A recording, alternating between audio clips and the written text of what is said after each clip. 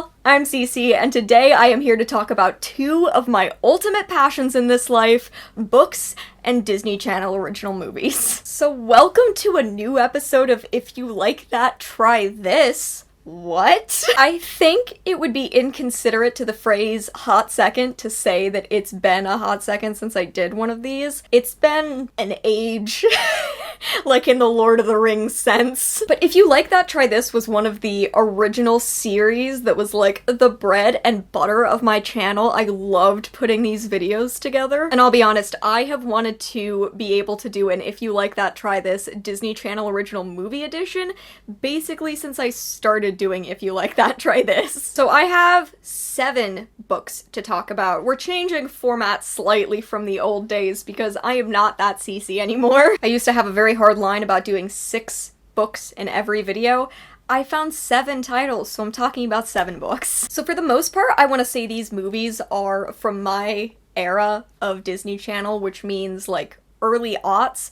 I was a 90s baby, which means I was watching Disney Channel original movies around the late 90s and early 2000s. So I hope you're excited. For the most part, these books are queer, as usual on this channel. And I'm going to tell you a little bit more about these Disney Channel original movies and why I think you should read these books if you like these Disney Channel original movies. So I'm going to let you know, straight up, we're starting this video by talking about Halloweentown because it is that time of year and Halloweentown is one of my favorite series on Disney Channel. It's just so near and dear to my heart. But before I match up Halloweentown with a book that I need you all to read, let's take a minute and talk about who made this video possible. This video was sponsored by Skillshare, so thank you so much to Skillshare for continuing to make this channel possible. Skillshare is an online learning community where you can take thousands of classes in a ton of subjects, including photography, design, freelancing, and so much more. There are classes that encourage creativity and personal growth. Whatever your interest is, there are so many options on Skillshare to choose from, and with there always being new classes, you can pick up new things and learn and grow at your own pace. I wanted to recommend a class on Skillshare's platform, Unlocking Your Potential, 5 Exercises to Build Creative Confidence by Emma Gannon. This is an incredible class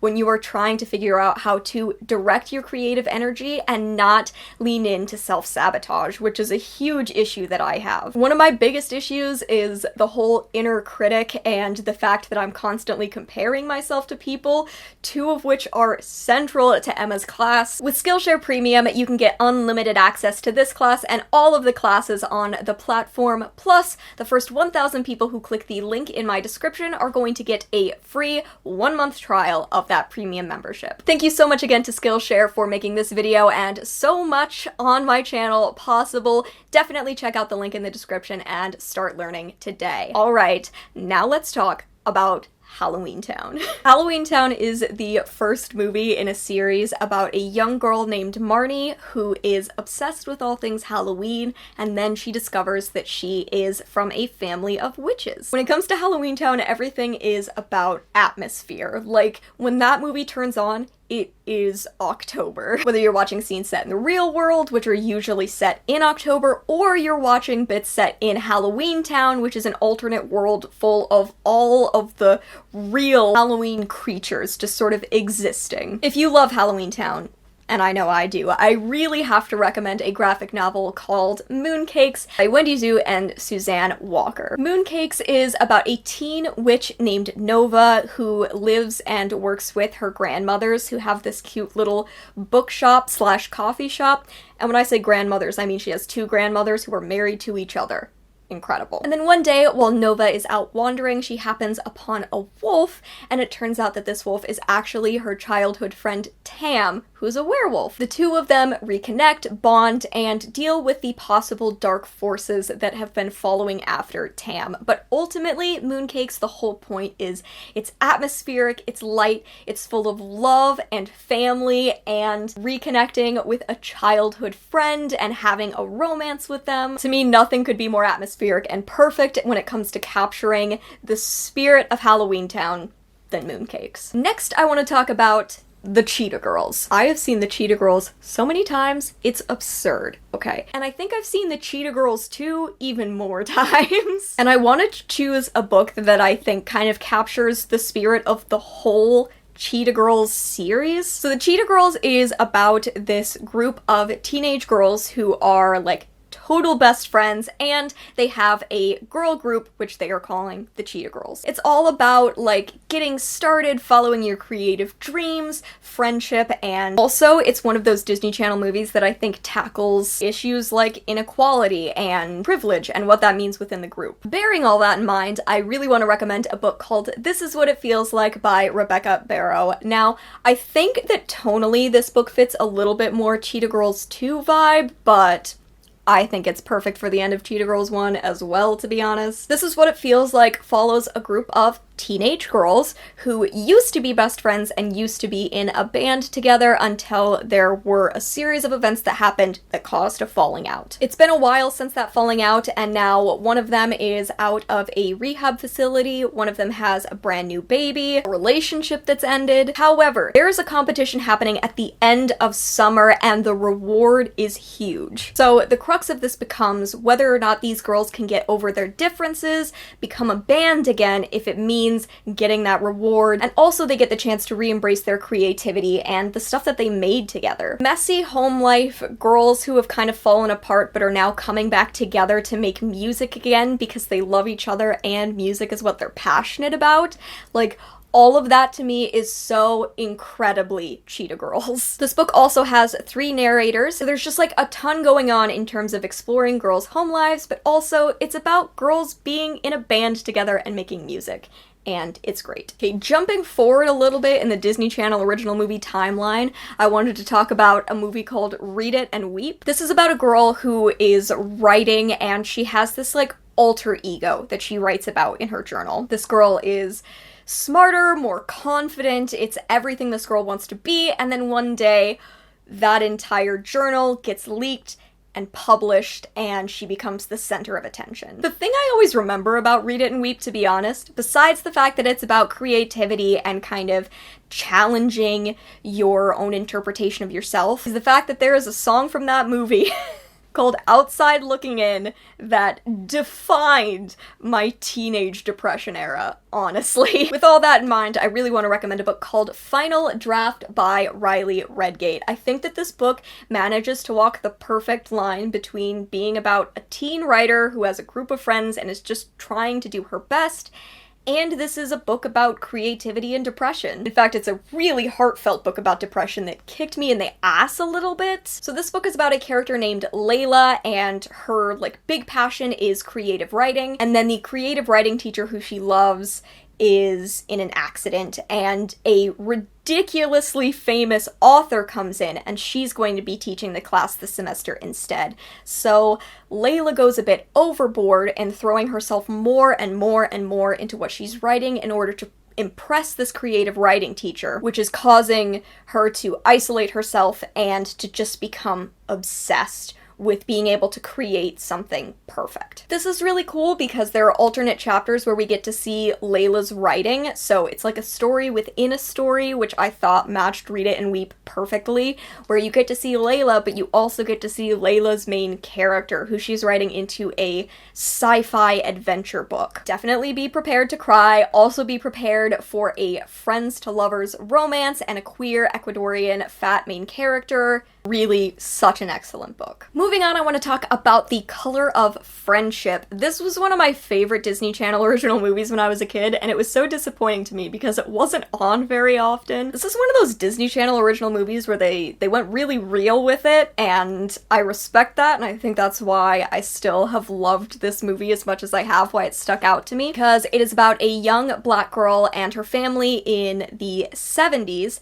and they are going to have an exchange student from South Africa join them in their home. Her family has very specific expectations, and so does this new exchange student. But the exchange student is a white girl from South Africa. This is not what either one of them was expecting, anticipating, or necessarily wanted, but this becomes a Disney Channel original movie where you learn more about apartheid, South Africa, and what race relations looked like in America versus South Africa at the time. And I really wanted to recommend a book that I felt was educational, that I thought challenged expectations. For that, I chose Juliet Takes a Breath by Gabby Rivera. This is about a 19-year-old Puerto Rican lesbian from the Bronx, and she's graduated high school, she's done with all that, and she's figured out that she's a lesbian, but she doesn't know how to tell her mom she's a lesbian, and she doesn't know how to feel about the word feminism because it feels so completely white and structured that she just doesn't feel like it necessarily describes her and her experiences. So she ends up going to do this internship in Portland with a white hippie lady author,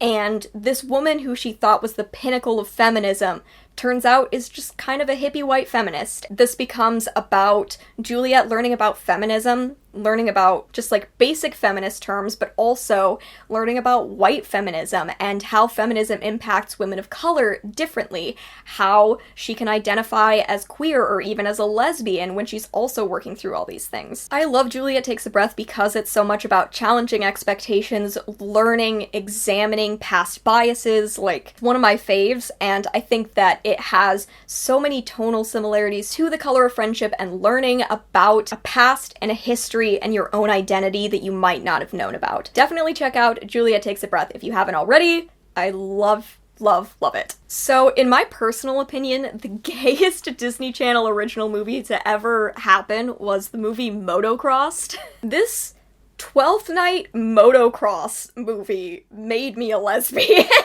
It's about a girl and her twin brother, and when her brother is, I think, injured. I believe he's injured. This girl decides to take his place because she's been told again and again by her father that, like, she can't do things the same as her brother, she can't do things that are as dangerous as her brother, so she disguises herself as her twin brother and starts competing in motocross competitions. Also, there's a super deeply homoerotic scene. They try to play it off like they were good friends, but it's blatantly gay. So I wanted to be able to recommend a book with Motocrossed that explored, like, disguising yourself as another gender from specifically a trans lens, and I wound up picking a book called The Brilliant Death by A.R. Capetta. This is the first book in a duology, and it does feature a main character who disguises herself as a boy in order to sneak into a situation that's like a boys' club kind of vibe. This is a historical fantasy. It's inspired by historical Italy and mafia families. So someone poisons the patriarch of every one of the leading families in this place, and that includes Teo's father. And then there is a call for a boy or a son from each household to show up to the city capital so that they can kind of figure out the shift in power. And Teo knows that it was an assassination attempt by another one of the families to gain power, so she decides to use her abilities, her magical abilities, and she travels to the capital intending to disguise herself as her brother. And get vengeance on the people who attempted to kill her father. But on the way, she meets a gender-changing sorcerer, and the two of them bond, explore gender together, and Teo kind of gets to learn a little bit more about the fact that her concepts of gender aren't as rigid as she necessarily thought. This is a book about a demigirl and non-binary love, and does feature gender-changing magic, disguising yourself as different genders, vengeance, and, you know, a love story. So I thought it was perfect. I wanted to pick a super queer, super trans book to go with Motocrossed. I couldn't think of a better book. Second to last, we're going to jump ahead again a little bit and talk about a slightly later Disney Channel original movie, Stuck in the Suburbs, which I'm only bringing up because I think it's too perfect for this book to pass it by. Stuck in the Suburbs is a pretty basic concept. It's about a pop star who a lot of people are obsessed with. He gets stuck in the suburbs with a fangirl who absolutely loves him, and it ends up being a movie about, like, fame and people not being who you expect them to be, the faces that we put on in order to achieve fame. It's also a Disney Channel original movie, so you know the deal. But I had to talk about this because I have to recommend I Was Born for This by Alice Oseman. It's too perfect not to. This is a book with 2 points of view, Angel and Jimmy. Angel is a huge fan of this boy band, The Ark. She's obsessed with them. She's going to go and meet her online friend for the very first time so they can go and see The Ark in concert. And the other person who's narrating is Jimmy, who is the lead singer and guitarist of The Ark. So you're getting both of them leading up to this concert, and kind of the kicking off moment for this is that both of them end up trapped in a bathroom together. And it's a very unexpected meeting between a superfan and a rock star, and instead of it being about that, it's kind of about having an anxiety attack and the pressures of fame. Alice Oseman is incredible. I love Alice Oseman so much, and I know that that's not an unpopular opinion. Alice Oseman gets so much hype, but I don't see I Was Born for This hyped as much, and there's something so wonderful about the way that it takes fans of boy bands seriously and demands that people understand that being a fan of something isn't silly. There's so much to it, and let's unpack why these girls are so passionate about this band. I love that as a person who loves things and is a fan of stuff. And I thought, because of some other stuff that goes down in this book, that it was perfect for Stuck in the Suburbs. Alright, last movie I want to talk about is the ultimate Disney Channel original movie, High School Musical. High School Musical is about an unlikely meeting between